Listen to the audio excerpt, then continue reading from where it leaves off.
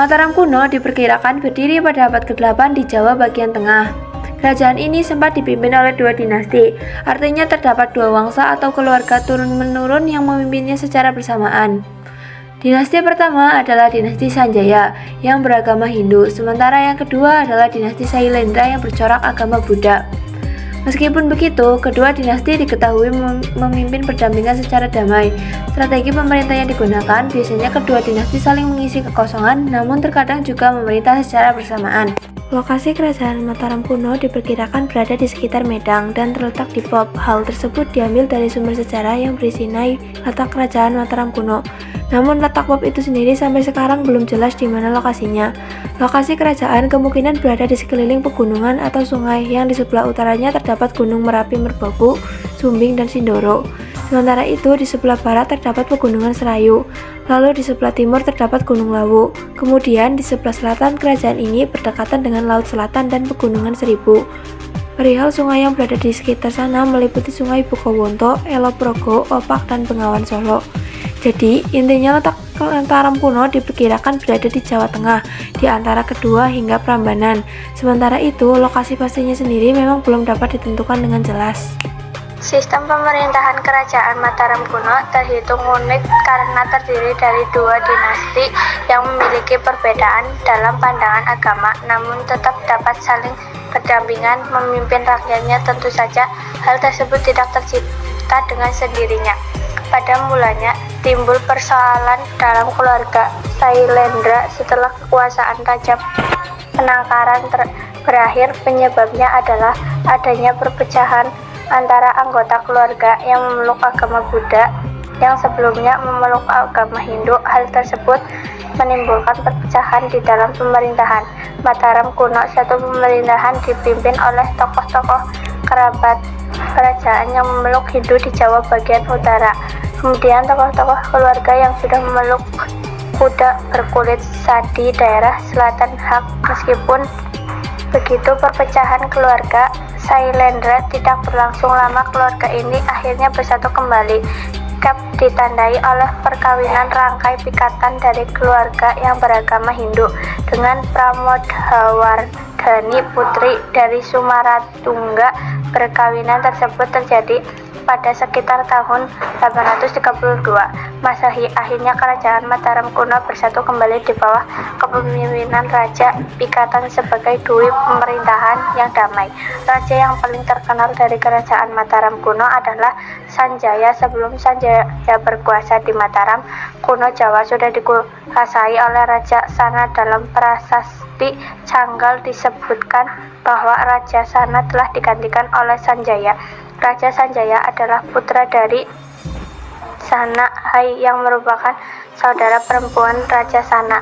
Sementara itu dalam prasasti Sojomerto yang ditemukan di desa Sojomerto, Kabupaten Batang, disebutkan nama Dapunta Sailendra yang nyalakan berasal dari kerajaan Sriwijaya dan menurunkan dinasti Sailendra yang berkuasa di Jawa bagian tengah. Kesimpulannya, Dapunta Sailendra diperkirakan yang mengangkat Sana sebagai raja di Jawa. Tampaknya terdapat hubungan erat antara Mataram kuno dengan Sriwijaya yang belakangan akan menguasai Laut Nusantara. Mulanya kehidupan agama Mataram kuno didominasi oleh agama Hindu. Namun setelah Raja Sanjaya wafat, ia digantikan oleh putranya bernama Rakai Panangkaran.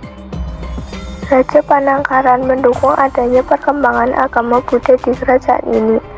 Dalam prasasti Kalasan, ia memberikan hadiah tanah dan memerintahkan untuk membangun candi untuk Dewi Tara dan sebuah biara untuk para pendeta agama Buddha.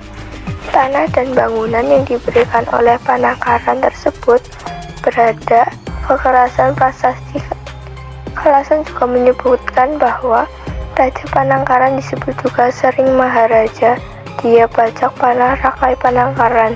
Raja Panangkaran kemudian memindahkan pusat pemerintahannya ke arah timur karena telah berhasil menaklukkan musuh-musuhnya. Kerajaannya sebelumnya menguasai kawasan tersebut.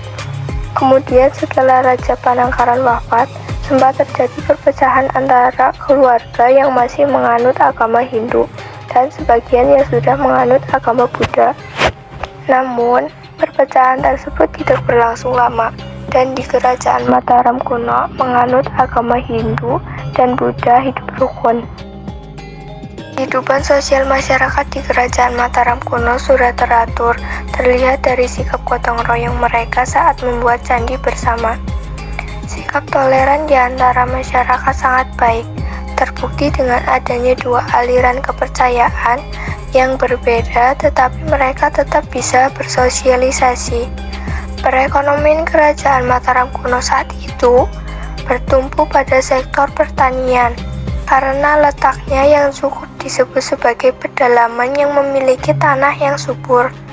Berikutnya, Mataram dimulai mengembangkan pelayaran, dan hal ini terjadi pada masa pemerintahan Raja Balitung yang memanfaatkan Sungai Bengawan Solo sebagai lalu lintas perdagangan menuju pantai utara Jawa Timur masa kejayaan Mataram kuno. Raja kerajaan Mataram kuno yang paling terkenal adalah Raja Sanjaya. Dalam meneruskan kekuasaan, sana saja yang bersifat arif, adil dalam memerintah, dan memiliki pengetahuan luas. Buktinya para penjaga sangat hormat terhadap Sanjaya. Arjun di bawah pemerintahan Raja Sanjaya, rakyat hidup makmur, kerajaan menjadi aman dan tentram. Di bawah kerajaan Sanjaya, Mataram kuno mengalami masa kemasannya. Sanjaya juga dikenal sebagai raja yang benar-benar paham isi kitab suci. Selain itu, kerajaan ini juga sempat mengalami masa kejayaan di bawah kekuasaan raja terbesar lainnya, yakni Raja Balitung. Ia memerintah pada tahun 898 sampai 911 Masehi dan gelar Sri Maharaja Rangkai Watukura Dia Balitung Sridharma Dia Mahasambu. Pada pemerintahan Balitung, bidang-bidang politik, pemerintahan, ekonomi, agama, dan kebudayaan mengalami kemajuan. Ia telah membangun Candi Prambanan sebagai candi yang anggun, megah, dan relief yang sangat indah. Namun tak lama setelah kekuasaannya berakhir, kerajaan ini mengalami kemunduran. Keruntuhan kerajaan Mataram kuno sesudah pemerintahan Balitung berakhir. Kerajaan Mataram mulai mengalami kemunduran. Raja yang berkuasa setelah Balitung adalah Daksa, Tulodong, dan Wawa. Beberapa faktor yang menyebabkan kemunduran Mataram kuno antara lain adalah bencana alam dan ancaman dari musuh, yaitu kerajaan. Sriwijaya awal mulanya adalah terjadi perpecahan lagi dalam kerajaan Mataram kuno. Tak lama setelah Samaratungga wafat, anak Samaratungga dengan Dewi Tara yang bernama Balaputra Dewa menunjukkan sikap menentang terhadap ikatan pertentangan itu, akhirnya melahirkan perang perebutan kekuasaan antara Pikatan dengan Balaputra Dewa. Dalam perang tersebut, Balaputra Dewa sempat membuat benteng pertahanan di perbukitan sebelah selatan Prambanan. Benteng tersebut sekarang kita kenal dengan Candi Poko. Pada akhirnya Balaputra Dewa terdesak dan melarikan diri ke Sumatera. Kemudian Balaputra Dewa menjadi raja di kerajaan Sriwijaya. Pertentangan di antara keluarga Mataram yang terjadi dari Balaputra Dewa dan Pikatan tampaknya terus berlangsung hingga masa pemerintahan MPU Sindok. Pada tahun 929 Masehi, kerajaan Sriwijaya tak henti menyerang Mataram kuno hingga MPU Sindok terpaksa memindahkan ibu kota kerajaan dari Medan ke Daha, Jawa Timur, dan mendirikan dinasti baru, yaitu dinasti Isyana Wangsa. Pertikaian berhenti pada masa pemerintahan Airlangga yang bahkan sempat Sriwijaya ketika mendapatkan serangan dari kerajaan Kolamanda dari India. Pada tahun 1037 Masehi, Airlangga berhasil mempersatukan kembali daerah-daerah yang pernah dikuasai oleh Dharma Wangsa, meliputi seluruh Jawa Timur. Pada 1042, Airlangga mengundurkan diri dari tahta kerajaan lalu hidup sebagai pertapa dengan nama resmi Resigen. Peninggalan kerajaan Mataram kuno. Candi peninggalan kerajaan Mataram kuno menjadi salah satu dan kerajaan yang paling penting. Namun karena pada dasarnya kerajaan ini terdiri dari dua dinasti yang terbagi menjadi keluarga Hindu dan Buddha, peninggalannya pun terbagi menjadi Candi Hindu dan Candi Buddha. Keluarga Sanjaya yang beragama Hindu meninggalkan candi-candi di Jawa bagian utara. Candi-candi tersebut meliputi kompleks candi di Pegunungan Dieng dan kompleks Candi Gedong Songo. Hutan di candi dalam kompleks Candi Dieng menggunakan nama-nama tokoh pewayangan seperti Candi Bima Punta, Dewa Arjuna, dan Semar. Sementara itu, keluarga yang beragama Buddha meninggalkan candi-candi seperti Candi Mandut, Ngawen, Pawon, dan Borobudur. Candi Borobudur diperkirakan mulai dibangun oleh Samaratungga pada tahun 824 Masehi.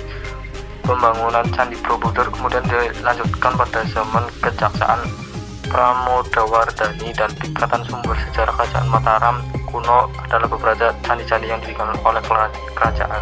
Dan Mataram kuno termasuk dua yang paling terkenal, yakni Candi Borobudur dan Candi Prambanan.